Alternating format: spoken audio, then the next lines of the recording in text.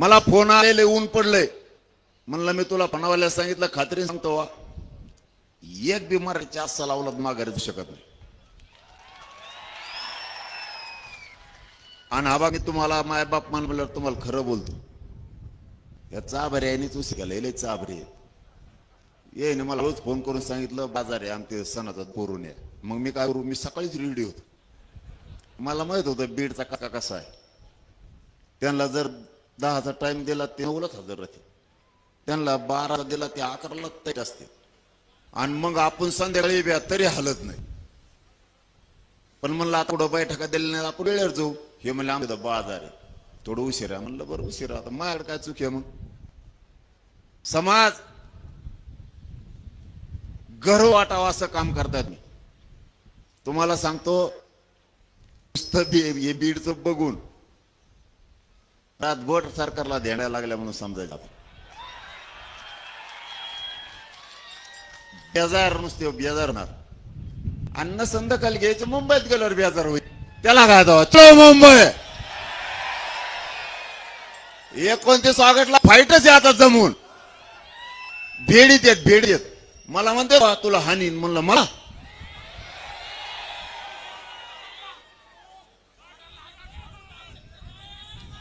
अरे असतं तर जाऊ द्या लांब तुम्ही आई बहिणी डोक्याच्या चिंदाडे केळा रक्त गाळलंय रक्ताच्या हरुळ्यात माझ्या माय बहिणी टाकल्या तुम्ही डबारीने तुम्ही नुसतं पोर डोचून दाखवा काय मराठ्याची अवलादी तुम्हाला दाखवतो आम्ही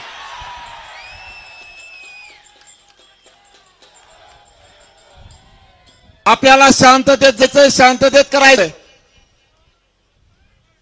पण इथं आल्यावर गोष्ट कळाली मला डीजेवर नुसता पखरच वाजत होता गाणं एक वाजना मला आणि माझ्या समाजाला काय अडचण नाही डीजे नाही वाजून दिला ते पण कोण वाजपेयी साहेब यांना त्यांना सांगतो सत्ता बदलत असती येत असती जात असती ध्यानात ठेवा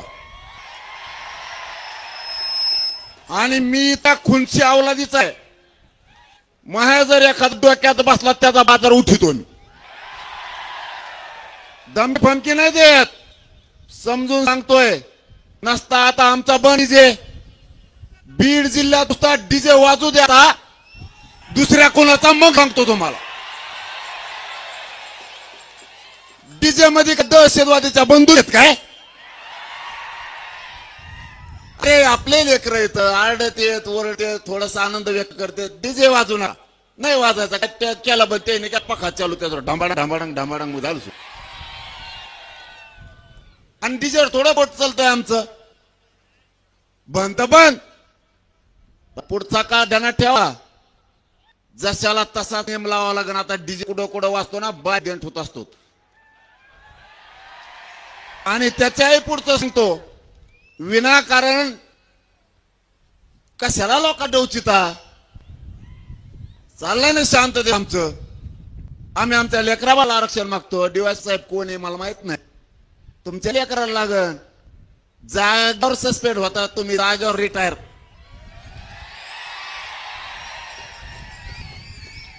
रिटायर म्हणायचंय मग सस्पेंड आलं रिटायर नाही का जिथं लागला तिथंच मारपण होत तर तिथंच राहू बढतीच मिळत नाही आणि तुला बढती मिळावं म्हणून पठ्ठा लढतो यो आणि समजा दुसऱ्याचा असला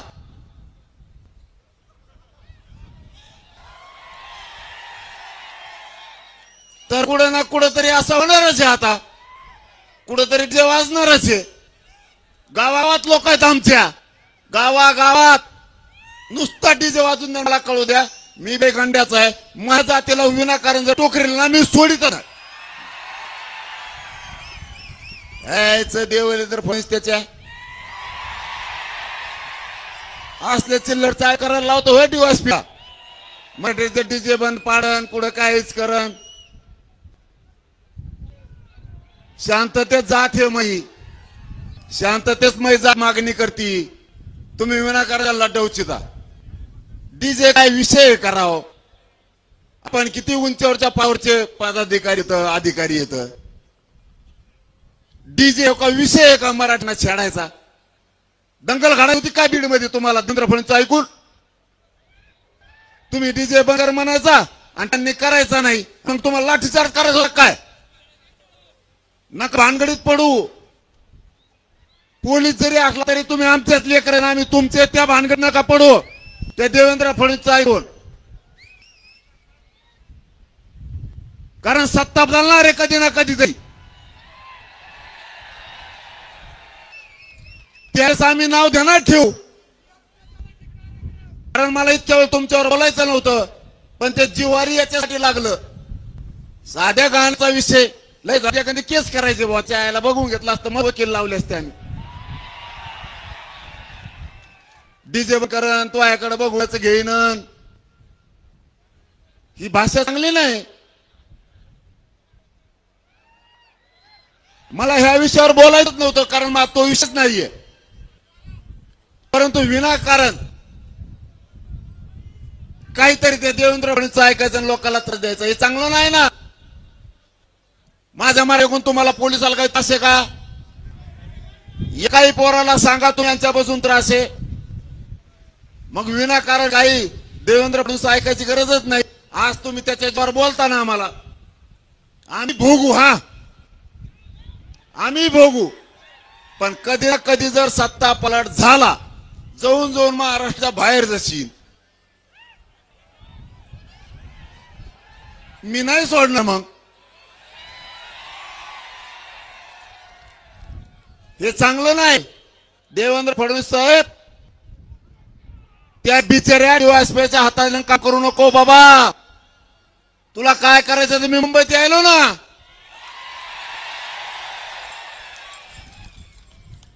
त्या बिचाऱ्या डीवायएसपीला कशाला अडचणीत आणतो? मी यायलो मुंबईला, आपण भेटू घरापुढेच आहे मी. बघू एकदम एका माय एकदम विनाकारण नाही टाकायचं. मराठा जात ही शांत आहे आणि शांततेतच काम करत. अँब्युलन्स आली रस्ता देत, पोलिसाला अडचण आहे पाण्याच्या बाटल्या देत. केलंय आम्ही ते. आंतरवाली 2 करोड पेक्षा जास्त माथे आले होते. पोलीस बांधवात एवढा सुद्धा त्रास होऊ दिला नाही आमच्या बांधवांनी. लिंबाच्या झाडाखाली बसा म्हणून सांगितलं, जेवण आम दिलं. आम्ही नाही विचार केला. आमच्या लेकराबद्दल इथं वाईट विचार करू नका. तुम्हाला सगळ्या पोलीस अधिकाऱ्यांना हात जोडून शेवटची विनंती आहे, माझ्या लेकराला त्रास देऊ नका.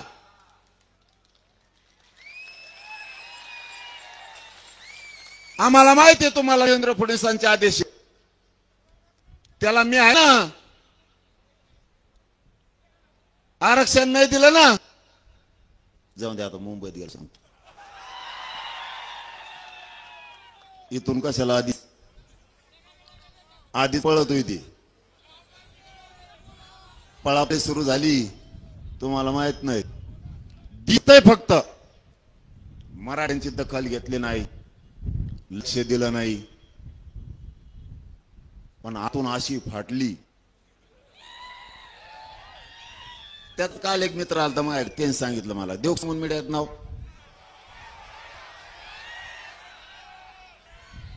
म्हणलं मला जाऊ देवा, म्हणलं मला काय देणं घेणं नाही. माझ्या समाजाच्या मागण्या आहेत, त्याची अंमलबजावणी करा, मी येतो.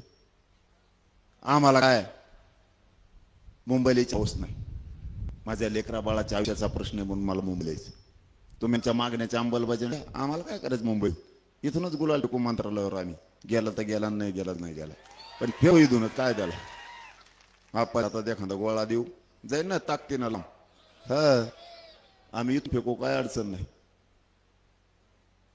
द्या आमच्या मागणीची अंमलबजावणी करा. आणि देवेंद्र फडणवीस ऐकून शेवटची पुन्हा एकदा हात जोडून पोलीस बांधवांना विनंती करतो, राज्यभरातल्या लेकरा बाळाला माझा त्रास देऊ नका.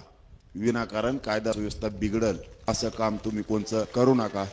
तुम्हाला लईच कंड असा समजा तुम्हाला एखाद्याला, तर ते मुंडेचे आरोपी धरा, महादेव मुंडेचे.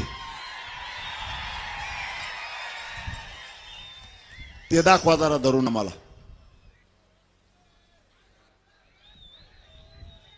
मी बीडच्या SP साहेबला माहिती, मी ती सहकार्य करणारा मावशी, त्यांना पक्का माहित. मी एकदा एखाद्या गोष्टीत सहकार्य करून म्हणलो, माझा मराठा समाज सहकार्य करेन, मला आता 100% करतो. आजची केलेली चूक देवेंद्र फडणवीसची ऐकून करायला नव्हती, कारण DJ म्हणजे हे दहशतवाद्याचं हत्यार नाही.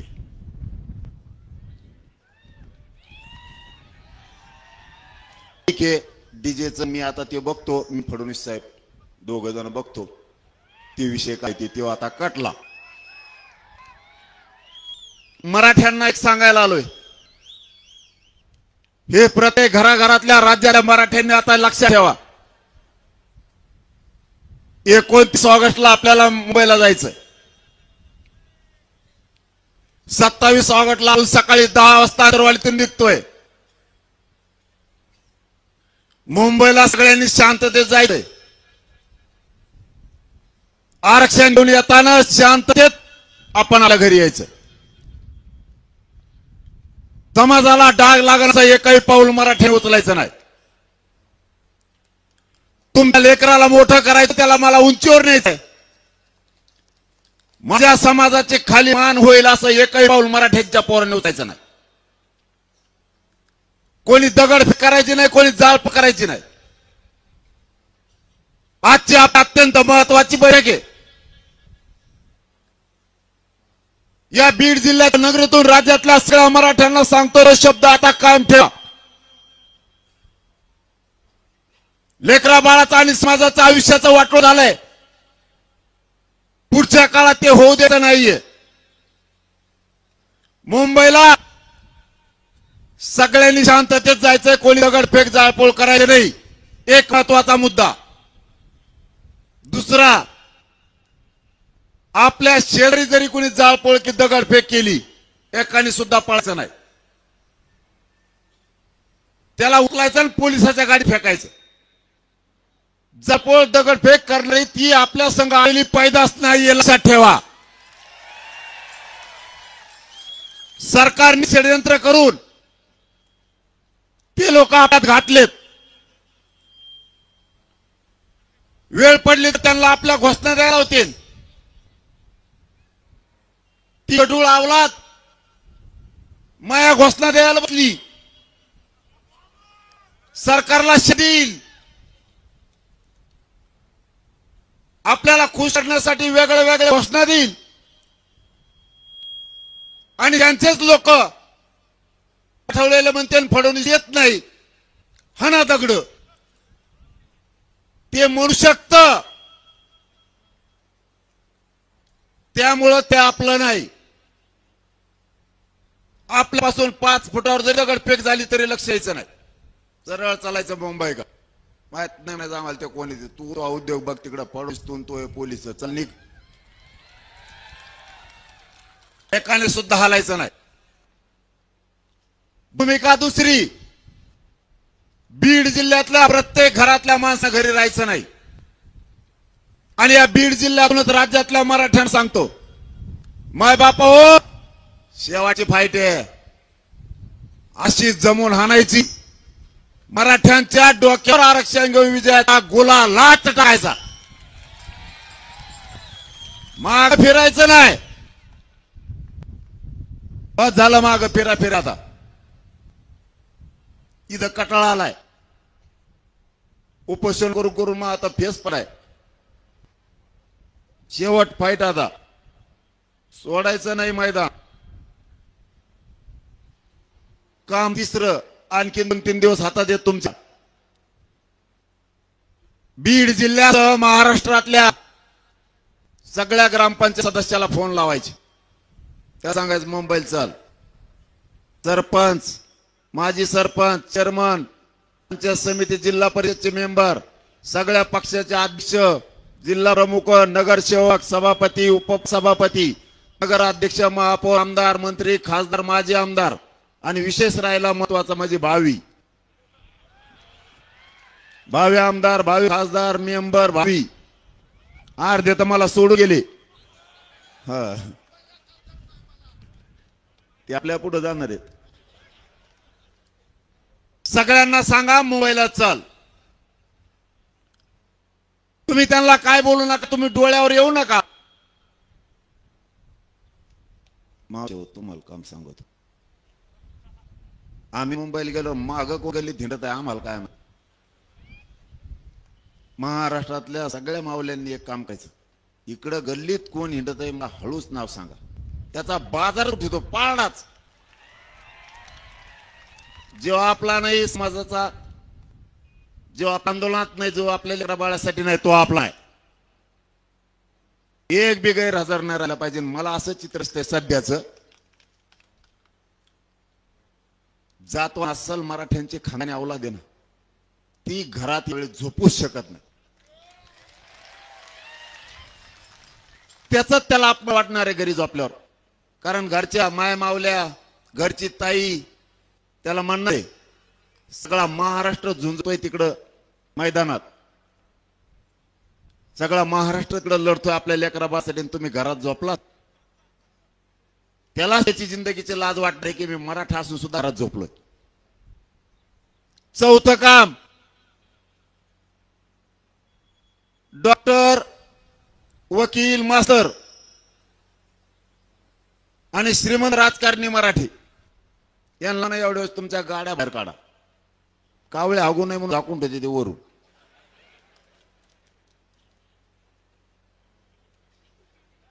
जेवढा कर्मचारी वर्ग आहे सगळ्यांनी एवढ्या वेळेस गाड्या बाहेर काढा आणि मुंबईला चला. लेकराचे लय हालचाल आहेत बरं. शिक्षण एवढं महाग झालंय, लेकराळाचं जीणं मुश्किल झालं. आपल्या पुरी बाळी लेकरं बाळ डॉक्टर होतील, वकील होतील, इंजिनियर होतील, MBBS होतील, MD होतील, PSI होतील, तहसीलदार होतील, कलेक्टर होईल. आपल्या घरात लाल दिवा येईल तर लेक बाळ अशा सुखी समाधानी होते. मराठी विसरू नका. हमेशाच नुसतं त्याच्या मागं पळू नका. आओ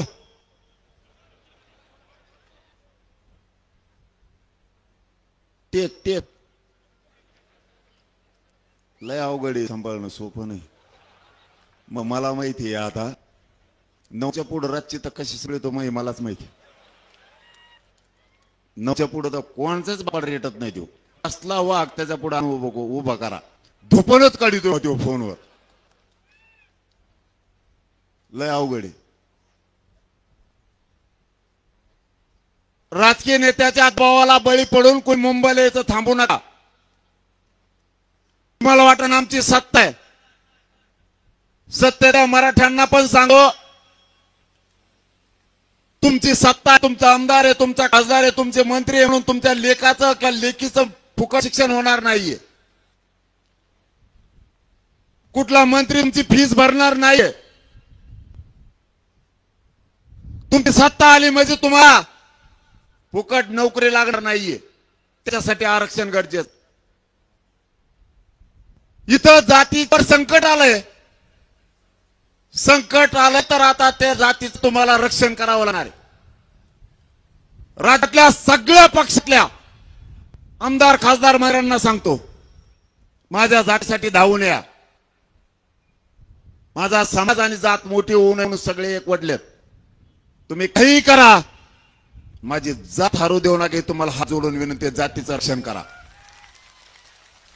सगळे तुटून पहा.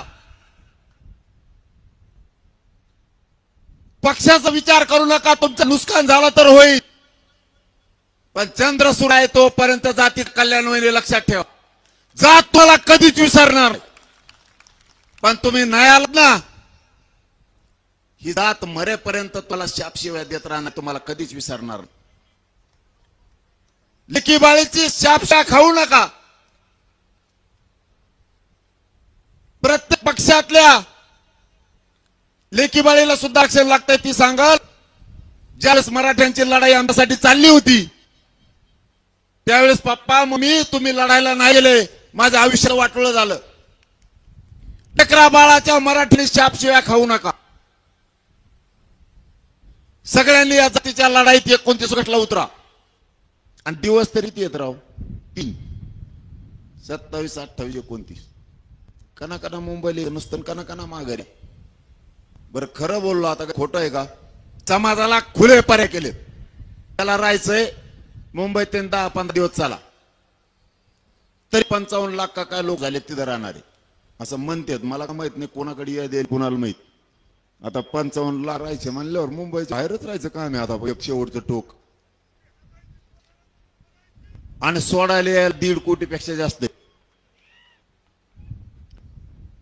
त्याला इथं थांबायचंय, इथं काम आहेत. कोण म्हणलं काय सोयी करा. तिथं दगड सुद्धा नाही असे आहेत वाकडे तिकडे एक दगड येत. कोणत्याच देशात दगड देऊ कुणाकडे गोल असेल काही खरबुड मरबुड त्यांची आशी आहे.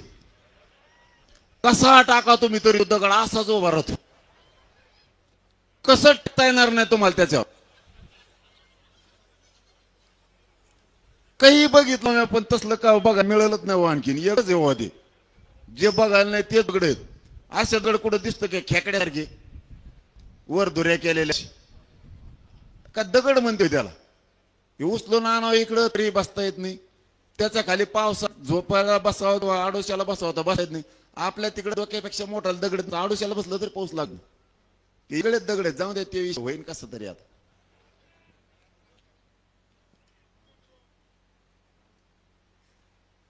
प्रत्येक घरातल्या मराठ्यांनी आता विचार करायची गरज आहे. तुम्ही मला इमानदार लागलात मी तुम्हाला इमानदार लागलो. मला इमानदारीने सांग 2 वर्ष झालं मला साथ देत आहे. तुमचे मन खाली होईन असं एक पाऊस चालला का आतापर्यंत. आणि पुढेही उचलणार नाही. फक्त मग डाव टाकत गेलो मी डाव टाकत गेलो. फक्त काही वेळ 4 पावलं मग सरक पुढे सरक. माझ्या समाजाला 58 लाख नोंदी 3 करोड मराठा मी माझ्या पद्धतीने डोकं लावून मिळवून दिलं.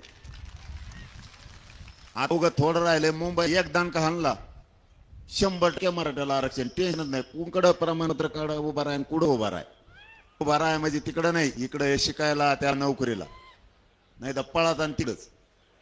त्यांचं असं पोट दुखागले तेव्हापासून आम्हाला कुठे जागा आपले पोरं तिथं वड्यात आहे. काय मग काय विचार तू कुठं जागा आहे तुला. आम्हाला काय माहिती तू कुठं जागा आहे ती. आमचं दुरण टेकन तो कुठं तिथं आमच्या पैशी. या बारीनी जातीला हरवून द्यायचं काही करून जिंकायचं. त्यांनी काहीतरी बातम्या येतात चॅनल बांधवाच्या म्हणले मराठ्याला रोखायसाठी कोण षडयंत्र केले. पाहुणे वस्तर बसले 2-3 जण. एक तात्या 2 आपा. हो ना 2 तात्या 1 तात्या 2 आपा. रातभर शेंगा देऊन एकामेकाला पुढं घालीत असणार. दुसरं काय ते म्हणत असे आज दादा तू हे पुढं. ते म्हणत असे शिंदे तू हो पुढं. दोघं म्हणत असे तू तुपलाच होय पुढं. आम्ही पुढं होत नाही मागं होत नाही. तुपला उद्योग तू बघा. आता मुख्यमंत्री तू हे म्हणलं ते लवकर ढकलायचं सवय. ते चालतं चालतं कोपराने हाणतो फिरायला. सगळ्या मराठ्याच्या नेत्याचं वाटोळ करून टाकलं त्यांनी. तरी हे म्हणतात आमचा साहेब लय चांगला आहे. हाय तर की हिंट त्याला घेऊन येडे गाचपाणी. अरे नाही तर काय खरं बोलल्यावर राग येतो. आणि अंधारात म्हणते तुम्ही ते खरं बरं का. काल 3 आमदार आलते माझ्याकडे. मग आलते का नव्हे रे. काल 3 आलते. मग म्हणले तुम्ही बोलतात ते खरं आहे का. म्हणलं मग मना जाणड्यात. ते म्हणले नको बिल गुती तर लय खुशी येते. म्हणजे मी बोलला पटत आहे मी त्यांना. ते म्हणले लय अवघड आहे म्हणे. ते म्हणले तुम्ही बोलत ना हे तंत पटतंय आम्हाला. सगळ्याला एक जोड केलाय मी. आणि जेवढे मंत्री येत सगळ्याला ओएडी दिले म्हणे एक. आणि ओएडी जणून एक मंत्री म्हणला माळीला सुद्धा लागत नाही. माळ म्हणजे एवढा घालतोय तो टप्पू. ते म्हणला माळी सुद्धा लागत नाही. एवढूले ओएडी दिलेत म्हणले ना. अशी हुशार आहे ते चाभरे. आम्हीच काही करायला गेलं लगेच सांगत आहे. किती बेजबाबदार माणूस असावं. आपलं त्यांच्याशी देणं घेणं नाही. पण खरी परिस्थिती अशी आहे जर आपलं मोठं घर सोडून शिंदे साहेब जर तुमच्याकडे आले त्याच्यावर विश्वास ठेवून सांभाळला पाहिजे. मोठं घर सोडून अजित पवार जर तुमच्याकडे आले तर सांभाळला पाहिजे. सगळ्याच्या मग भुंगे लावून ठेवले. बारीक बारीक पक्षाचा तर कार्यक्रमच लावलाय. कुणाचेच नाही राहिले. कुणाला म्हणतात आम्ही तुम्ही दी बारकाले पक्षावली. कुणाच्या रॅलीत झिंडत येत माग माग माग अशी फजिती केली. जाती जातीत माणसं ठुले देवेंद्र फडणवीसनी. जात जातीत मराठी ओबीसीवर घालीन, ओबीसी मराठीवर घालीन. भांडणं झाले का आपल्या ओबीसीचे? त्याला म्हणा तो किती कणजिरी होतो. मी भांडणच होऊन देत नाही मराठीचे ओबीसीचे. तुला काय करायचं तर कर. सगळ्या काय टाकून बघत आहे. 10-12 जण जाऊन हिंडत पण काहीच उपयोग होत नाही. थांब ना लयच पोट्या मोकारे 17 ताळीत बिल्डिंगवरच जाऊन बसले होत्या मुंबईत. ते मुख्यमंत्री मला म्हणे हे कुठून गेले. म्हणलं आता मला माहित तुम्ही तुमचं जाऊन बघा कुठून गेले. काय हाटला पुढं भात शिज बसली. हे आपल्या इकडे 5 रुपयाला चहा आहे, 10 रुपयाला. त्याला काय माहिती चहाची किंमत किती आहे. टप्पू वाढत गेलंय. रेटून चहा पेलं आणि चहा पेल्यावर त्याला 250-300 रुपये मागितले. ते मला 300. 2 महिने चहा पेतो म्हणे मी. का बांधवले ग इतके पैसे असते म्हणे आम तिकडं जमत नाही म्हणे. ऐका नाही त्याच्या दारातच भात सुरू केला शिजायली. 3 घंटे भातच शिजाण्याचा. त्याचं हॉटेलच बंद पडलं. यांच्या नादीला सोपं नाही. आपली एक पोराची टी गेली. ती कोणचा झोन होता मंत्र्याचा. त्या झोन मध्ये बसलं. म्हणले पोलीस आले म्हणले हो हे झोन येते हो कोणचा काय VIP झोन याच्यात नाही बसता येत. त्याला मग झालो मंत्र्यात जुने ते जेच कपडे काढले. पाणी जे फेस करतो अंगाला 4 घंटे फेसच जाय ना त्याचा. पुरी गली जाम केली. मराठी नाद नाही लागायचं फडणवीस साहेब. माझ्या लेकराचा हक्काचा अक्षाने गपचिप द्यायचं, वळवळ नाही करायची. तुम्ही किती भिडीला केशील आणि फिशील कशाला आम्ही भेणार नाही. आरक्षण घेणार आहे हे या बीडच्या नगरीतून जाहीरपणा सांगतो घेणार. म्हणून माझी मराठ्यांना जोडून विनंती. मायबाप हो तुम्ही 2 वर्ष वेळ दिला. एवढ्या वेळ घरातले मराठी स्वतःच्या लेकरासाठी जातीसाठी वेळ द्या. लेकराचा तळटाट पुन्हा घ्यायचा नाही. इथे अधिकारी बनालेत लेकर. पोलिसात चालले, तहसील मध्ये चालले, महावितरण मध्ये चालले. महावितरण मध्ये आता 750 गेले आठवड्यात. आता MBBS ला काल 2 पोरी आलत्या. MBBS ला लागला. वा वा वा. गोळ्यानी इंजेक्शन स्वस्त दे जावं आम्हाला थोडं. आमचं काही राहिलंच नाही. काय करतो मग आता गोळ्यात डॉक्टर तू झाल्यावर म्हणलं जरा असते दे जा गोळ्यानी इंजेक्शन. मला वाटतं नांदेडला 1 कलेक्टर पण झालेत. तुम्ही 2-3 वर्ष थांबावं आणखी. कोणच्या ऑफिसात जा आपलेच पोट्टे कुठं इथे लागत येत. लय पोरं हुशार आहेत आपल्या आरक्षणामुळे वायाला गेलती आपली जात. लय पोरण पोरी हुशार आपल्या रातभर डोळे फुटतात अभ्यास करतात. आरक्षणाने आपला हात केलता आणि आपल्या जातीला नेमकं तेच कळून दिलं नाही. मग कुठं सुधारणार आहे ते म्हणले राजकारणात मराठाला सुधरू. आपलं जे येड लागलं ते राजकारणाचं आणि तिकडे गेलं बेवडच होऊन बस. बिगर पाण्याचेच हानीत होतं का गणू. आता राजकारण नाही गेलं खड्ड्यात प्यायला पैसे नाही राहिले. म्हणून दरबारीने सांगतो दारू पिऊ नका. व्यसनापासून मराठ्यांनी लांब जायचं. एका दारू प्यायचे नाही. इथं पेतय कोणी इतक्यात विचारल्यावर कशाला सांगा तुम्ही. दारू करा मावशे हो. तुम्हाला दुसरं काम मावशे आवाज येतो का? आणखीन दुसरं काम आहे तुमच्या मोगा एक सांगितलं आता ध्यानात पक्का ठेवायचा. तुमच्या लेका बाळासाठी झटतो रात्रंदिवस. जीपणाला लावलाय पुरा. कोणी दारू पेला ना मला हळू सांगा हे पेतेत म्हणून त्याचा असा दुमता काढतो ना अंतरवालीला बोलून घेऊन. माणसाला दारू पिऊ द्यायचं ना आपल्या. त्यांनी षडयंत्र शाळा सुरू केलंय. मराठ्याला मुंबईत येऊ द्यायचं नाही. अशा मीडियातून बातम्या. मुंबईत जायचं त्यांनी किती प्रयत्न करू द्या. मुंबईत मराठ्यांनी घुसायचं. गणपती बाप्पा घेऊनच घुसायचं.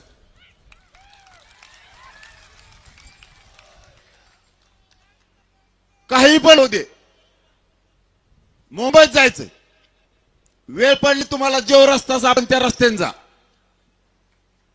इतके रस्ते सापडून ठेवले त्या पोट्ट्यानी. पाहुणा रस्ता दोन काम सापडून ठेवले येईन. पाहुणा आणि रस्ता त्याला म्हणजे 2 दिवस तो आहे ते झोप द्या आम्हाला. या आधी त्याच्या मागे दिसतात मुंबईत. मग एकटे गाडी ठेवू नका इथंच. 2-3 काम एवढेच करा. शांततेचा नियम सोडायचा नाही. तुम्हाला शांततेतच नाही मिळणार. मी 17 वर्षातला मिळून दिले. मला उद्रेक जाळपोळ म्हणणे नाही. तुम्हाला काय नाही, जाळपोळ केली तरी आरक्षण पाहिजे, दगड फेकला तरी आरक्षण पाहिजे, शांततेत केलं तरी आरक्षण पाहिजे. मी तुम्हाला शांततेत मिळून देतो. मला समाजाचं एक बी लेकरू व्हायला जाऊ द्यायचं नाही, एक सुद्धा. त्या आरक्षणाचा उपयोग झाला पाहिजे. समाज मोठा करायचा आहे. त्याला विनाकारण दगड हाणायला लावून त्याचं आयुष्य वाटोळ बरबाद करायचं नाही आल्याला. आणि मराठ्यांचे शांततेत बसले. पुरा देश बंद पडतोय. शब्द महत्वाला, पुरा देश बंद पडतोय. तुम्ही नुसते मुंबईत बसा, काहीच करू नका. थोडं आरक्षण राहिलंय ते आपण यावेळेस 29 ला मिळवणार आहेत. त्यांचे खल तर सुरू झालेत. त्यांना काय करायचं ते करू द्या. त्यांना काय करायचं ते करू द्या. आपण कुणी भ्यायचं नाही, मुंबईकडे निघायचं. ते प्रयत्न करू लागते. काय बरं फडणवीस साहेब, बीडच्या नगरीतून माझा मला एक प्रश्न आहे. का चूक केली मराठ्यांनी? तुम्हाला मराठ्याला आरक्षण द्यायचं नाहीये. आमचं हैदराबादचं गॅजेट हे सरकारी नोंदी आहेत. मराठी जागे व्हा. आपल्या सरकारी नोंदी असून दिल्या जात नाही, ते मोठा अन्याय. सातारा संस्थांचं गॅजेटियर पश्चिम महाराष्ट्र सगळा असतोय, जाणून बुजून दिला जात नाही. ब्रिटिश महाजनांनी त्यावेळेस सांगितलं होतं, मराठा आणि कुणबी एक आहे. हे जर JR काढत असला आधार लागतो, त्याशिवाय कायदा पारित होत नाही. 58 लाख नोंदीचा अहवाल आहे, तरी का दिलं जात नाही? याच्याही पुढच्या मराठ्यांना सांगतो. परवा 20-21 तारखेला काय झालं? याच देवेंद्र फडणवीस 29 जाती आरक्षणात घातल्यात ओबीसी. यांना आता दुःख नाही का? नुसते मराठी आरक्षणात यायचे असले ते यावल्याचं पोट दुखत.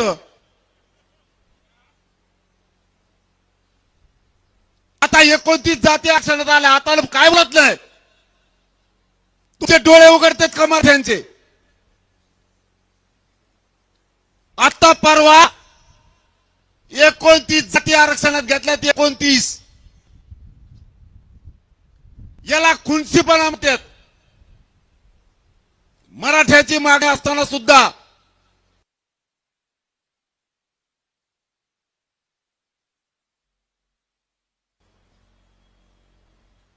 त्यांनी मागणीच नाही तरी पहिलं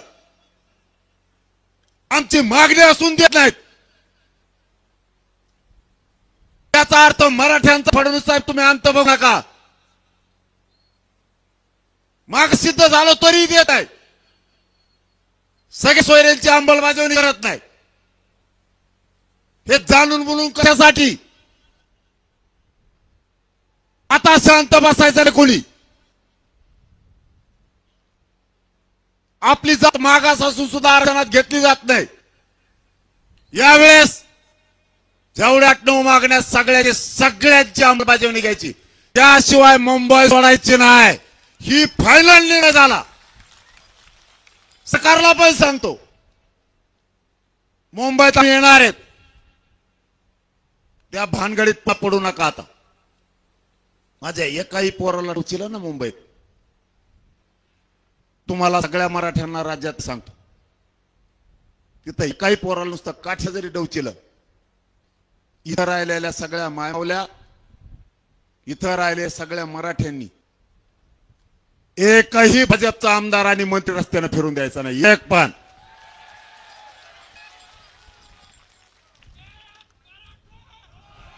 सरकारमधल्या कोणाला सुट्टी द्यायची नाही. कारण हे लेकरं तुमच्यासाठी लढाई चालले. महाराष्ट्रातल्या मराठ्यांनी गोष्ट समजून घ्या. हे पोरं मुंबईला तुमच्या लेकराला मोठं करण्यासाठी गेलेत आणि तिथं जर आम्हाला कोणी त्रास दिला, या महाराष्ट्रातला पांढरा रस्ता सुद्धा सुरू ठेवायचा नाही. तो पण शांततेत. तुम्ही नुसतं त्याच्या दार जाऊन बसा. एक माय माऊली नुसती पाय हातात घेतली की ते उंबऱ्याच्या बाहेर सुद्धा येत नाही. कसला मंत्री, कसला आमदार, खासदार, मंत्री असो त्याची टप्परच नाही पुढेची. आणि मराठ्यांच्या पुढेचे मजाले काय कोणाचे. आणि शांत बसलो म्हणून फायदा उचलू नका. नुसता मुंबईत सोपं नाही. तुम्ही शेवटी फडणवीस साहेब तुम्हाला सांगतो, मराठ्यांना त्रास देऊ नका. एकदा जर मराठ्यांनी 11 वेळा रूप जर धारण केलं ना, कोणाच्याच बापाला मराठा पुन्हा ऐकत नाही. मग तुम्ही शहाणपणाच्या भूमिकेत या. दुसऱ्याचं ऐकून आमच्यावर चाल करू नका. आमच्यावर वार करायचं थांबवा. कारण ही सत्ता मराठ्यांनी दिली तुम्हाला. तुमच्या एका चुकीमुळे नरेंद्र मोदी साहेबाला सुद्धा डाग लागू शकतो तुमच्यामुळे, लक्षात ठेवा. तुमचं करिअर उद्ध्वस्त झालंच म्हणून समजा. तुमच्या जिंदगीतला पश्चातापाचा दिवस तुम्ही उगून देऊ नका. मला या राज्यात शांतता पाहिजे. आणि मुंबईकरांना सांगतो, मुंबईकरांनो, आम्ही 4 महिन्यापासून सरकार सांगतोय अंमलबजावणीकरांची काही चूक नाही. आम्ही तुमचे लेकर, तुम्ही आमचे लेकर आहेत. मुंबई ही न्यायाची भूमी आहे. तिथं आम्ही न्यायासाठी यायलो, कुणाला त्रास द्यायला नाही. हिंदू संस्कृती आम्ही पण जपतोय. वारकरी संप्रदायाची सगळी परंपरा आम्ही पण जपतोय. तुमचा गणपती बाप्पा तोही आमचाच गणपती बाप्पा आहे. उलट तुम्हाला आम्ही मदत करू. 1 लाख भर म्हणलं तर आम्ही तुम्हाला स्वयंसेवक देऊ. 1 लाख भर मराठीच्या पोरं. पण मुंबईत यार थांबणार नाही. तिथले लोक सज्ज झालेत. तिथला दलित, मुस्लिम, तिथले मराठे, तिथले सगळे डबेवाले, माथाडी कामगार, तिथला कोळी बांधव, आदिवासी बांधव, तिथले जैन, मावडी, ख्रिश्चन सगळे बांधव सज्ज झालेत. गोरगरीब मराठ्याचे पोरं जर मुंबईत यायला लागेल तर त्यांना भाकर देऊ, तांब्यावर पाणी देऊ. इतका समाज तिथला सज्ज झालाय. फडणवीसला जागाच नाही राहिली. भांडण लावावं कुठं. ओबीसीत लावायला जाईन. ओबीसीच्या लक्षात आलाय आपलाच देवारा केलाय. याचं ऐकून मराठ्याचं आणि ओबीसीचं रक्त कशामुळे सांगायचं. देवेंद्र फडणवीसने किती प्रयत्न केले तर काहीच होत नाही. त्यांनी ओळखलं, फसवलं कसं. आपल्या आधी फसले धनगराला. त्यामुळे धनगराचं मन त्याच उठलंय. नंतर फसवलंय लाडक्या बहिणीला. तिला पैसेच आहे ना दादा. तुला माहित नाही भाऊ, लाडक्या बहिणीचा दाजी लय डेंजर. त्याने जर रूम न काढलं ना, तुला बांधावर सुद्धा हागायला येऊन द्यायचा नाही देऊ. दाजी लय डेंजर. दाजीचा कचका बघितला नाही की. दाजी 9च्या पुढे कोणाच भेट नाही. लाडक्या बहिणीला पगारच बंद करून टाकला. बर आमची लागू ती काढी, आमचं बघू काय. तू ओबीसीचं रक्त आणतो ना, तुझं रक्त आणि डेने ओबीसीचं आहे. लाडकी बहीण ओबीसीची नाही का. मराठ्याला देऊ का, चल आम्ही आमचं बघू. तुझं जर ओबीसीचं रक्त आहे, ओबीसी शेतकरी ना, करणार कर्ज माफी.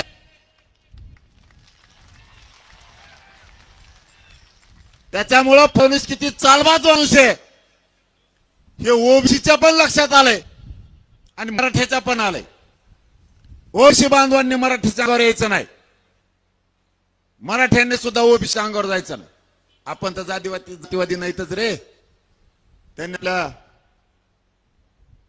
विचारात फक्त घातलंय आपण जातीवादी जर असतो ना, धनगर बांधवांचे सुद्धा प्रश्न सोडतो, तुम्हाला शेकडो पोरं दाखवील. दलित बांधवांचे सुद्धा प्रश्न सोडतो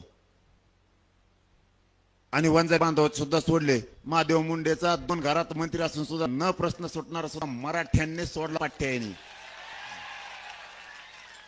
जातीवादी नाहीत आम्ही, आमच्या लेखी प्रमाणच आम्ही बाकीच्या सुद्धा लेखीला धरतो. का संस्कारच तसे मराठ्यांचे आमच्यावरती आहेत. आम्ही नाही जातीवाद करत आणि आयुष्यात करणार बी नाही. पण तुम्हाला नाही सोडणार. नेते फेत्याला सुट नाही आपण, त्यांचे असून आहेत आपल्या. वंगाडी झालं तिथ कुंकडे बी गाडी आरशेना नाहीत, फरशेने काही नाहीत. कुंकड चलत चेचमे घातलं निघालं कामा धामाचा. मी नेता काय नेता यार तू? नेता कसा असावा? नेत्याचं ऐकून बोलू नाही, जातीचं ऐकून बोलावं. आमच्या विरोधातला नेपेक्षा स्वतः जातीसाठी लढला असतं ना, आता बहुत आरक्षण मिळालं असतं. ते बिचारे वर गरीब धनगर बांधवाच्या आयुष्याचं कल्याण झालं असतं.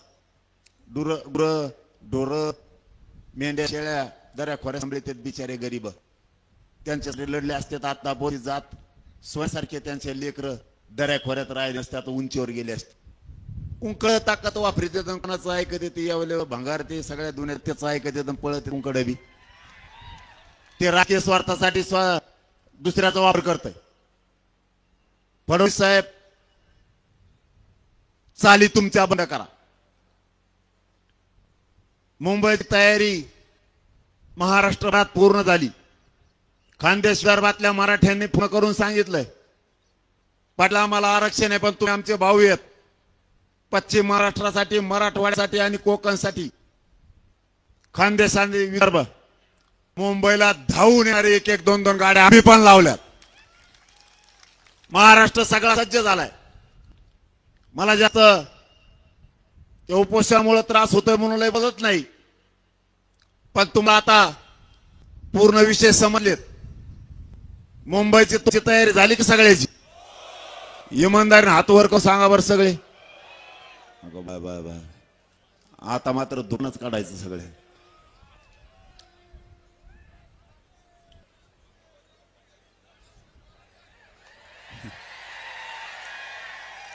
बाबा मुंबईला निघाले.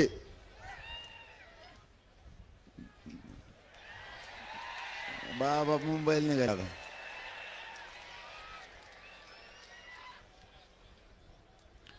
ही लढाई आता तुम्हाला शेवटचे 4-5 विषय सांगतो. ही लढाई अंतिम टोकात आली, अंतिम तयारी. बसा बसा खाली बस. ही लढाई शेवटच्या टप्प्यात आली. मराठ्यांनी शेवटी आता समजून घ्या जाता ही लढाई अंतिम टप्प्यात आहे. समाजाला कधी हरू द्यायचं नसतं. अंतिम टप्प्यात आल्याच्या नंतर लोक मागे सरकत आहेत. लोकांना असं वाटतं आता विजय मिळण्याचे, आता कशाला जायचं. त्यांनी हरण्याची शक्यता असते, लक्षात ठेवा. समाज हरतो कधी तर आपण गाफील राहिलो. आता घरात झोपायचे दिवस नाही, गाफील राहायचे दिवस नाही. आता सावधपणाने ही लढाई सगळी लढायची, जिंकायची. ही शेवटची लढाई आहे. घरी कोणी थांबू नका, कारण तुम्ही घरी बसून जर टीव्हीवर बघताल, सोशल मीडियावर बघताल, ती लढाई राहिली नाहीये. तुम्ही स्वतः या लढ्यात मुंबईला साक्षीदार पाहिजे. काही का माझी जात हारू देऊ नका, हे तुमच्या पायाला हात लावून सांगतो. माझी जात जर हारली तर माझ्या समाजाच्या लेकराचं वाटोळं होईल. समाज मोठा आहे, तुम्हाला मग काही किंमत नाही. समाजाला इतकी किंमत आहे, समाजाला कधी खाली मान घालायला लावू नका. मी मरणापर्यंत टेकलोय, उपाशी तापाशी राहतो, रक्त जाळतो, पण एकीचं सुद्धा मागे सरकत नाही. तुमच्या लेकरा बाळासाठी रात्रंदिवस झटतोय. म्हणून माझी तुम्हाला विनंती आहे, विजयाच्या जवळ गेलोय आणि जवळ जात असताना घरात बसायचं नसतं. माझा समाज अंधारात तुटू नका. समाज दारिद्र्याच्या खाईत लुटता कामा नये. लेकराबाचा शाप शिवाय घ्यायचा अधिकार आपल्याला नाहीये. लेकरा बाळासाठी तुटून पडा. आरक्षण घेतल्याशिवाय मुंबई सोडायचे नाही. खूनगा प्रत्येकानं बांधा. फडणवीसांनी ठरवलंय, त्यांनी पण मांडलाय, मराठ्याला आरक्षण मिळू द्यायचं नाही. आपण पण मांडलाय, मराठ्याला आरक्षण मिळून देणार. जीव गेला तरी हरकत नाही, पण मागे हरकत नाही. या मनोज जरांगेनं माझा जीव तुमच्या पायावर ठेवलाय. मी जर इतकं तळतळीनं लढतोय, आरे असताना सुद्धा रात्रंदिवस बैठका घेतोय. तुम्ही तर चालते बोलेत, तुम्ही धडधाकाट आहेत. तुम्ही माझ्याही पुढे पाहायला पाहिजे. तुमच्यात माझ्यात काही मतभेद असतील, ती वेळ येईल. तुमच्याकडून चूक झाली असेल, माझ्याकडून झाली असेल, ते काढायचे दिवस लक्षात ठेवा. तुम्ही जर नाराज होऊन घरात बसताल तर जात हारलेली दिसाल. त्यांचा हसू करू नका. त्यांना हसू होईल. ते म्हणते मराठी एक आले नाही, घरात झोपले. आम्हीच मराठ्याला जिंकलेलं नाही, छात्या बडीते. कुणाला बोला जागा ठेवू नका. इतक्या ताकदीने मुंबईकडे निघाल, इतक्या गाड्या लावा ना, देव तुम्हाला काय कमी नाही करणार. तुमचं थोडं वाटोळ जाती आयुष्याचं कल्याण होईल. मिळेल तेव्हा आणि काढा. ट्रॅक्टर, जीप, टेम्पो, रिक्षा, ट्रक का असेल ते, आणि ज्याच्याकडे कत नाही त्याने मोटरसायकल का. मुंबई पर वाटा लावायला 31ला आम्ही बसलो की तुम्ही घरी या. नोकरदार वर्गाला सुद्धा तेच आव्हान आहे. तुम्हाला यायचं नाही, तुमच्या गाड्या पाठवून द्या, पण घरी कोणी थांबू नका. मोटरसायकलवाल्याला विनंती आहे, गाड्या खूप मोटरसायकल येणार आहेत, तुम्ही गाड्या दमाने चालवा. एकाही पोराला नुकसान होता कामा नाही. नसता एकाही पोरांना मोटरसायकल घेऊन मुंबईला यायचं नाही. लेकराला दुखापत होता कामा नाही. तुम्ही मोटरसायकल घेताल आणि एकमेकात रेस खेळतान. आपल्या रेस खेळायचे नाही. जात हारायचं पाऊल उचलायचं नाही. महाराष्ट्रातल्या सगळ्या मराठीला पोराला सांगतो, गाड्या दम्माने हाणाऱ्यात मोठाल्या सुद्धा ही शेवटची बैठ याच्यासाठी आहे. आपल्याला प्रत्येकाला स्वयंसेवक बनायचे. कोणा गाडी पंक्चर झाली, कोणाचा दुखायला लागलं, सगळी सेवा आपण करायची. त्याला काय झालं बाजूने जायचं नाही. एकमेकात जागा मोकळी करून द्यायची. बीड जिल्ह्यासह महाराष्ट्रातल्या सगळ्या ओरडली. तुम्ही अधिकृत जरी स्वयंसेवक नसाल तरी स्वयंसेवकापेक्षा जास्त काम तुम्ही स्वतः करायचं. नांदेड आणि हिंगोलीतून काहीतरी रात्री बातमी आली, 2,05,000 काहीतरी ते मोटरसायकल काढायले. तुम्हाला जर गाड्या दम्माने हाणता येत असल्या तर घ्या. नसता मोटरसायकल जर तुम्ही पळवायला लागले, माझ्या समाजाच्या लेकराला इजा झालेला सहन होणार नाही. तुम्हाला जाहीर सांगतो, नाही तर येऊ नका. तुमच्या लेकराला आरक्षण मिळून द्याला, त्यांच्या डोक्यावर गुलाल टाकायला मी खंबीर आहे. सरकारच काय, सरकारचा बाप बी आडवा होते, आरक्षणच घेणार आहे. आणि ते पण ओबीसीतूनच घेणार, इकडून तिकडून नाही. आपला ठरलेला विषय आपण बदलत नाहीत. मला फक्त शांतता तुमच्याकडून पाहिजे. आयुष्यपणा लावलंय. आजकाल लोक आयुष्यपणाला नाही लावत. कशातून बी कमाई बघायचं काम करतात. त्या पोरानं तुमच्यासाठी जीव सुद्धा तुमच्या पायावरती ठेवला. खोटं सांगत नाही. मला जर उद्या देवेंद्र फडणवीस म्हणले तुझ्या अंगाचं कातड काढून दे, आरक्षण देतो, एका सगळं अंगाचं कात काढून देईन जातीसाठी, पण माग हटणार आहे. मरायला भेट नाही. मरण तर कसं येतो?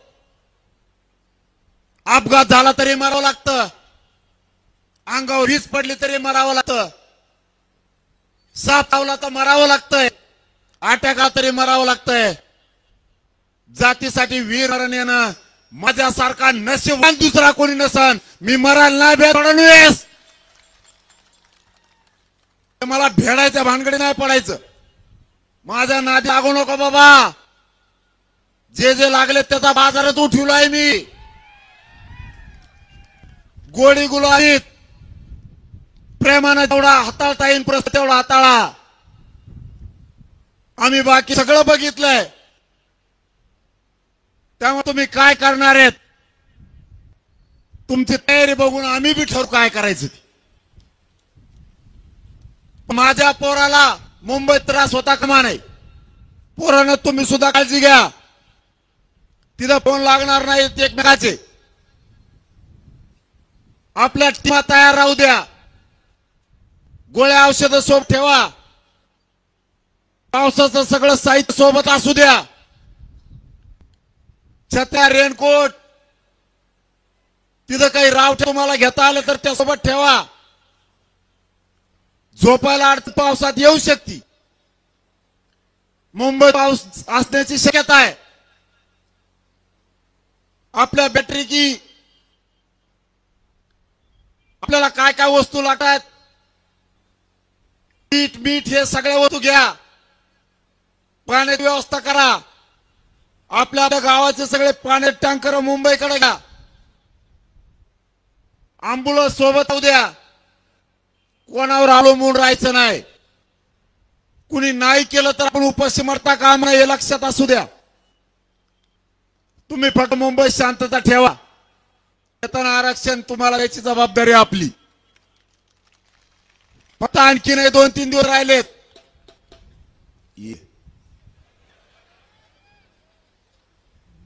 असे वस्तू लागलेत ना मला बी. मला काय सुचूनच देत नाही. आता एका बाळा तिकडेच घेणार आहे की तू? हे टंग टंग हे सगळं मी तिथं आणखी व्यवस्था केल्यात का? तिथं बाबा मोठमोठाले बाबा आणलेत कीर्तनाला. रोज संध्याकाळी कीर्तन. शाहीर आणलेत. नामवंत शाहीर आहेत. दुपारच्याला ती, सकाळच्याला संगीत भजन जबरदस्त गायक आणले. वाजणारे बँड डेंजर वादक महाराष्ट्रात नावारूपाला आलेले. कुणाला जे आवडून काय ऐकायचं. कीर्तन आवडतं कीर्तन, भजन आवडतं भजन, शाहिरी पवाडा. आणि हे काहीच नाही आवडलं. आपण आपले डीजे घेतलेले जे चलून द्या का कोपरा धांगाडंग धांगाडंग तुमच्या त्या बाजूला काय करता मग? दुसरा पर्याय नाही आता काय त्याला. ज्या त्या वस्तू ज्यांनी त्यांनी सगळं घेतलं. काही गोंधळी घ्या त्यांचा वाला झपका चालू तू. हा काही त्या हलक्यात मला याच्यात काहीच लागत नाही. कारण एकदा लुंडकली की लुंडकली. उपोषणाला बसल्यावर तुम्ही काय काय करतात आम्हाला काही मिळायला लागत नाही. पण झिजतो तुमच्या लेकरासाठी. जीव पणाला लावतो या समाजासाठी. समाज मला उंचीवर गेला पाहिजे. माझ्या समाजाच्या 70 वर्षात खूप बरबादी केली. मला 70 वर्ष मराठा रिवज गेल्याला पुढे न्यायचा आहे. यासाठी जीव पणाला लावला. आज लेकरं बघा किती आनंदी आहेत. पोरं पोरी अधिकारी होऊन आंतरवाली येतात. इतका आनंद असतो बापाच्या आणि त्या समाजाच्या चेहऱ्यावर. न होणारी गोष्ट व्हायला लागली. म्हणून इतके जागे व्हा. आणि ना 3 दिवसात घर पिंजून काढा. आसपासच्या पाहुण्या रावळ्याला फोन सांगा आणि सगळ्यांना सांगा मुंबईकडे चला गाड्या एवढ्या वेळेस. जो घरी राहील ना तो पक्षाचा असू नाही तर गरीब असू, ती मराठीचीच पैदास नाही घरी राहणारी. जातीसाठी लढत ते काय आपलं. नंतर राय ना तुला तिथं उभं राहायचं, तिथं पड निवडून ये. आणि आम्ही निवडून येऊन दे नसतो, आमचं नाही आलं. आणि द्यायचं बी नाही पोरा, तुम्हाला खरं सांगतो, जो आपलं नाही ना त्याला निवडून द्यायचं का? असा वर्ग तुम्ही एकदा कचका दाखिले, दान फादान काही नाही राहिले, दादा फेदा सगळे गेले, मध्ये राहिलेले आता जाते 6 महिन्यात काही राहत नाही. लपर सध्या येड्या बाबळीत काय कुंकड कुंकड सापडे टंगडे धरून आणते. ते एसपी कलाकारी आपला बीडचा, ते टंगडे धरूनच आणणारे सगळे आरोपी, सोडतच नाही कोणाला. देश प्रकरणात की दाळ गेले बरेच, दादीन बघू वाटा गेल्यावर मी कोणाला सोडित नव्हतो. वाटा नाही गेलं तुम्ही तुमचा मजेशीर सत्ता भोगा, काय करायचं करा, विषय लक्षात ठेवा. शेवटी समाजाच्या अस्तित्वाचा प्रश्न आहे मायबाप मराठा. त्याला जर त्यांचा सत्तेचा स्वाभिमान आहे, तुम्हाला सुद्धा तुझ्या जातीचा स्वाभिमान आला पाहिजे. जात अशीचली पाहिजे. मुंबईला अशी ताकद दाखवा की मुंगीला सुद्धा शिता नाही आला पाहिजे. जात अशी टाईट चालली आहे तिथून पुढं, कॉलर टाईट करून समाजाची उंची वाढवून आपली जबाबदारी आहे. आणि ती जबाबदारी पार पाडायची जबाबदारी आजपासून बीड जिल्ह्याच्या प्रत्येक मराठ्याच्या खांद्यावर आहे. घराघरातून मराठे 26 तारखेला चांदपालीला मुक्कामी या आणि सगळेजण मुंबईकडे चला. एका नाही हजर राहू नका, सगळ्यांना विनंती करतो आणि थांबतो. धन्यवाद. जय शिवाय.